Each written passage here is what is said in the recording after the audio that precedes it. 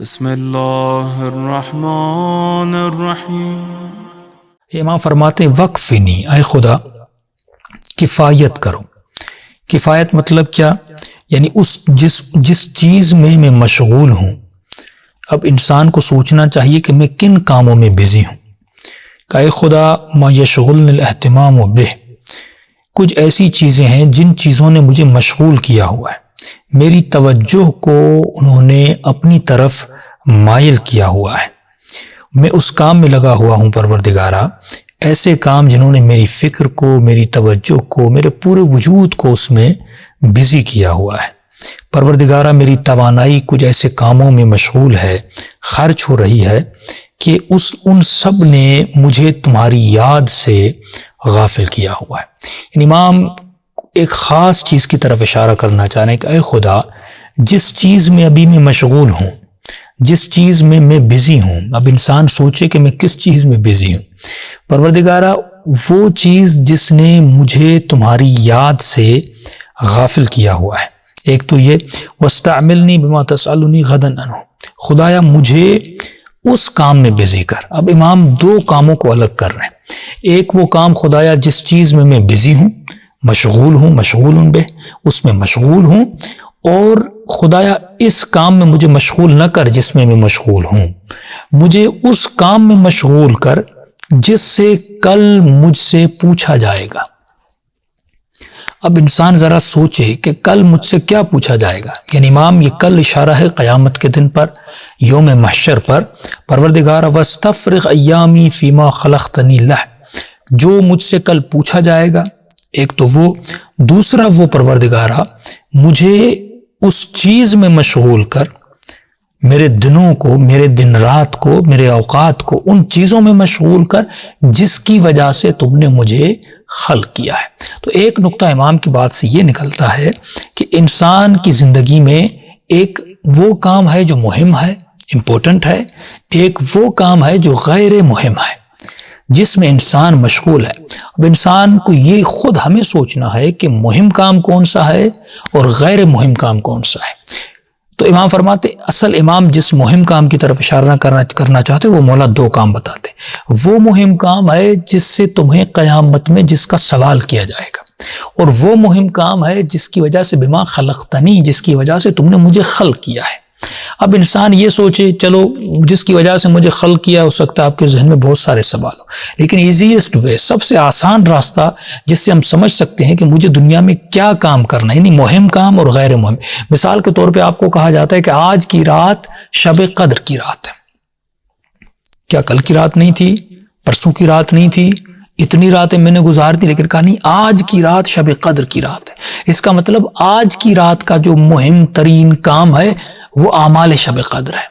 سوتے تو تم ہر رات میں ہو، لیکن آج کی رات جو فرسٹ پرائرٹی جو ہے وہ اعمال شب قدر ہے، اس کے بعد سونا ہے تو سو جاؤ۔ مثال دے رہا ہوں، مثال کے طور پہ کہا جاتا ہے آج کا دن مخصوص دن ہے مثلا امام علی کی زیارت کا، جیسے ہفتے کے دن ہوتے ہیں نا، یا آج کا دن مخصوص ہے یوم عرفہ، یعنی عرفہ کی، کیا عرفہ میں کسی اور دن نہیں پڑھ سکتا؟ نہیں، دوسرے دن پڑھ سکتے، لیکن آج یوم عرفہ مہم ہے، یعنی یہ اہم ہے۔ عاشورہ کا دن ہے، آج کا دن شہادت امام حسین کا دن ہے، آج کا دن مخصوص ہے زیارت عاشورہ کے لیے۔ اس کا کیا مطلب؟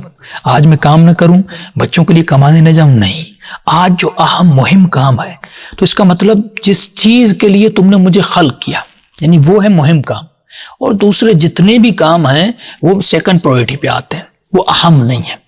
تو انسان کو یہ سوچنا چاہیے کہ مجھے کس مقصد یا کس چیز کے لیے خلق کیا۔ اب وہ کون سے مہم کام میں فرماتے ہیں کہ جس چیز کے لیے کل مجھ سے پوچھا جائے گا۔ تو اب آپ سے میں سوال کرتا ہوں، ذرا آپ سوچئے کہ کل ہمیں کس چیز سے پوچھا جائے گا؟ میدان محشر میں جب ہم حساب دے رہے ہوں گے، جب ہمارا نام اعمال کھلا ہوگا، اس وقت ہم سے کیا پوچھا جائے گا؟ تو اب جب آپ یہ سوچیں گے تو آپ کو پتا چلے گا مہم کیا ہے۔ کہ قیامت کے دن یہ پوچھا جائے گا تمہاری گاڑی کا ماڈل کیا تھا، تم بینز پہ چڑھتے تھے یا تم ٹویوٹا پہ چڑھتے تھے یا تم کون سی گاڑی پہ چڑھتے تھے۔ کہ قیامت کے دن یہ پوچھا جائے گا تمہاری گھڑی جو تھی وہ میڈ ان امریکن تھی یا چائنا تھی۔ کہ قیامت کے دن یہ پوچھا جائے گا تم ایپل موبائل یوز کرتے تھے یا سیمسنگ کا موبائل یوز کرتے تھے۔ میں آپ سے پوچھتا جاؤں گا، آپ بھی مجھے جواب دیتے جائیں گے مولانا نہیں یہ نہیں پوچھا جائے گا، یعنی میری گاڑی کون کس ماڈل کی تھی یہ نہیں پوچھا جائے گا، مجھ سے یہ نہیں پوچھا جائے گا تمہاری تنخواہ کتنی تھی، مجھ سے یہ نہیں پوچھا جائے گا تم کرائے کے گھر میں رہتے تھے یا تمہارا اپنا گھر تھا. مجھ سے یہ نہیں پوچھا جائے گا تمہارا گھر 200 گز کا تھا یا 1000 گز کا تھا. مجھ سے یہ نہیں پوچھا جائے گا تم کس پارک میں گھومنے گئے تھے. مجھ سے یہ نہیں پوچھا جائے گا تم نے کس درزی کے کپڑے پہنے تھے. مجھ سے یہ نہیں پوچھا جائے گا تم نے مہنگے کپڑے پہنے تھے یا سستے کپڑے پہنے تھے. قیامت کے دن مجھ سے کیا پوچھا جائے گا؟ کیا تم نے نماز پڑھی کہ نہیں؟ کیا تم نے نماز کو اہمیت دی کہ نہیں؟ کیا تم نے وقت پہ نماز پڑھی کہ نہیں؟ کیا تم نے علی کی اطاعت کی کہ نہیں؟ کیا تم نے رسول کی اطاعت کی کہ نہیں؟ کیا تم نے اپنے بچوں کی تربیت کی کہ نہیں؟ اے عورت کیا تم نے حجاب کیا کہ نہیں؟ اے مرد کیا تم نے حیا اور عفت کو سنبھالا کہ نہیں؟ کیا تم نے اپنی زبانوں کا، اپنی آنکھوں کا، اپنے کانوں کا کنٹرول کیا کہ نہیں؟ کیا تم نے حلال و حرام کا خیال کیا کہ نہیں؟ کیا تم نے مستحب اور مکروہ کو ذرا سوچا بھی کہ نہیں؟ میں نے عقل دی تھی، اس عقل سے تم نے استفادہ کیا کہ نہیں؟ تو آپ جب لسٹ نکالیں گے تو آپ کو پتہ چل جائے گا کہ قیامت کے دن امام فرماتے ہیں کہ خدا وہ اس کام میں مجھے مشغول کر، بزی کر، جس کا مجھ سے کل سوال کیا جائے گا، یا جس کی وجہ سے، جس مقصد کی وجہ سے مجھے خلق کیا گیا ہے. تو اب انسان سوچے کہ میں کن کاموں میں مشغول ہوں، میں کس کام میں مشغول ہوں، میں کس کام میں اپنا جو ہے بزی ہوں.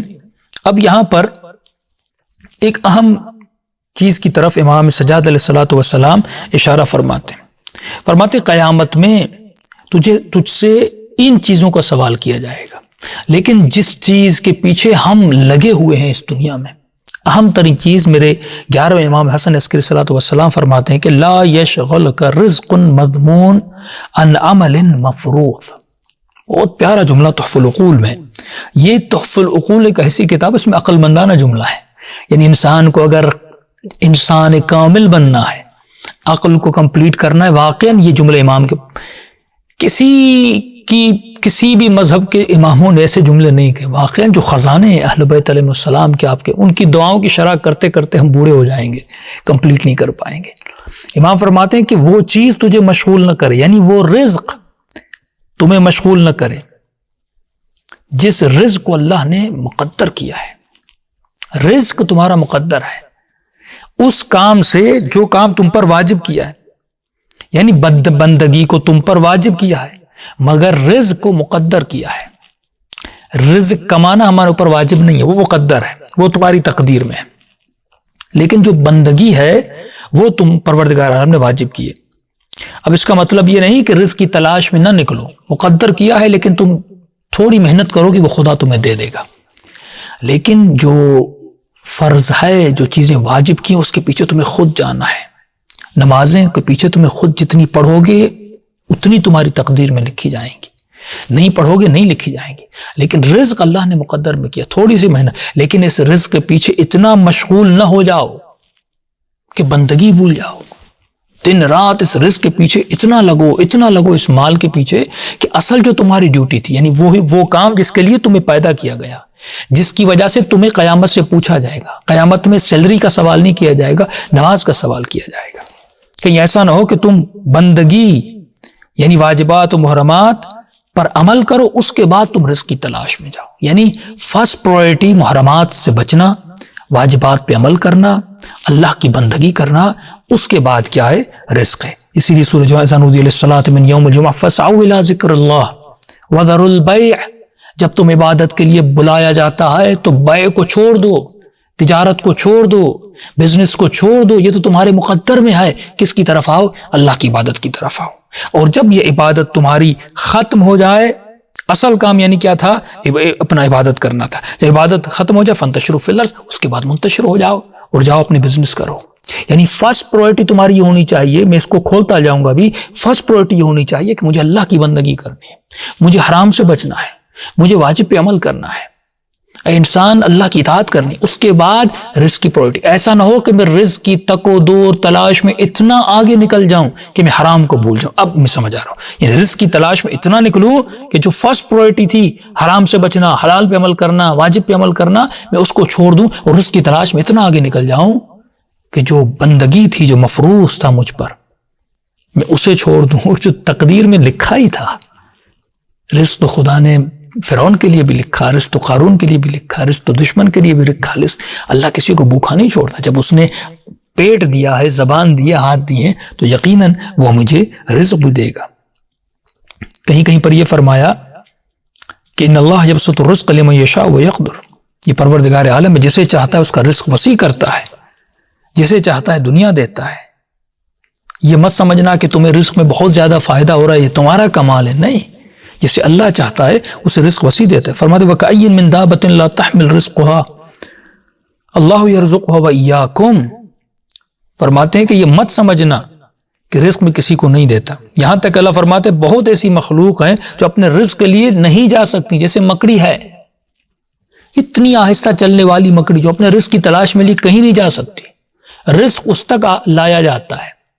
ایک مچھر ہے جس کو پھونک مارے تو مچھر اڑ جاتا ہے، یہ کیا رزق کی تلاش میں جائے گا؟ لیکن خدا فرماتا ہے کہ ہم اسے بھی رزق دیتے ہیں، اور یہ مت سمجھنا کہ تم کوئی مچھر سے کچھ زیادہ طاقتور، وَإِيَّاكُمْ، بلکہ تمہارا رزق بھی میں متعین کرتا ہوں، تمہارا رزق بھی میں تمہیں دیتا ہوں۔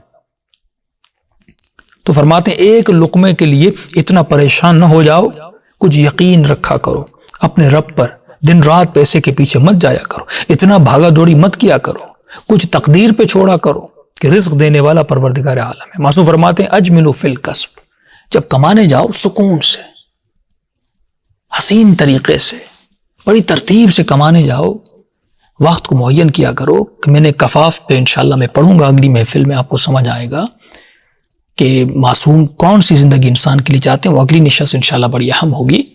تو فرماتے اجملوا فی الکسب، جب کمانے جاؤ تو بڑی ترتیب سے بزنس کرنے جاؤ، ایسا نہ ہو کہ اپنے دن رات اس میں لگا دو اور اللہ کی بندگی کو بھول جاؤ۔